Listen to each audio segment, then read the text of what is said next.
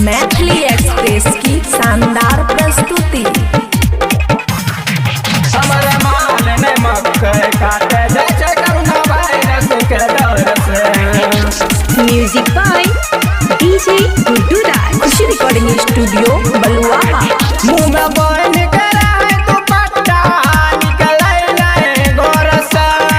मुंह में बन करा है तू पट्टा निकले नहीं गोर से। हमर जानू रे हमर सोना रे हमर माल ने मक्के काटे जय कोरोना वायरस के डर से। हमर माल ने मक्के काटे जय कोरोना वायरस के डर से। मुंह में बन करे दुपट्टा निकले नहीं गोर से। मुंह में बन करे दुपट्टा निकले नहीं गोर से।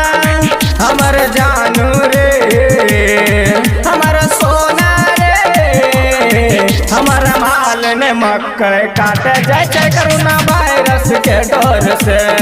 हमर माल ने मक्के काटे जैसे कोरोना वायरस के डर से। कोरोना वायरस के डर से। DJ Guddu Madhubani, DJ Guddu Madhubani. हमर माल ने मक्के काटे जैसे कोरोना वायरस के डर से। कहे छियै मक्के काटे कह जइबो नया बरी साल में।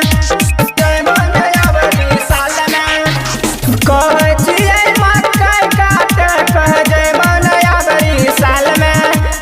जानो बचतै ते फिर मक्के काटबो अगला साल में। जानो बचतै ते फिर मक्के काटबो अगला साल में।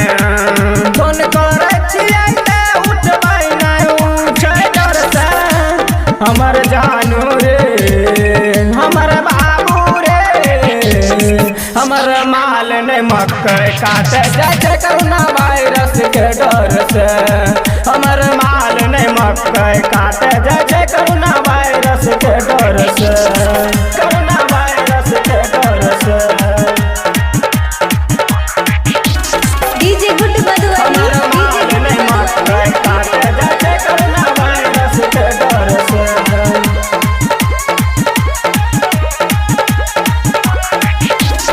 ओरनी दुपट्टा मुँह में बन के रुमाल रे। चिन्हो में या बन छे कौन के करमाल रे। कौन के करमाल रे। कौन के करमाल रे। ओरनी दुपट्टा मुँह में बन के रुमाल रे। चिन्हो में या बन छे कौन के करमाल रे। कौन के करमाल रे। राइटर कहे मनीषा नीतीश रह छै कृष्णा जर में। राइटर कहे मनीषा नीतीश रह छै कृष्णा जर में। हमर जानू रे हमर सोना रे हमर माल ने मक्के काटे जैसे कोरोना वायरस के डर से। हमर जानू ने मुँह तोरे कोरोना वायरस के डर से। खुशी रिकॉर्डिंग स्टूडियो बलुआहा।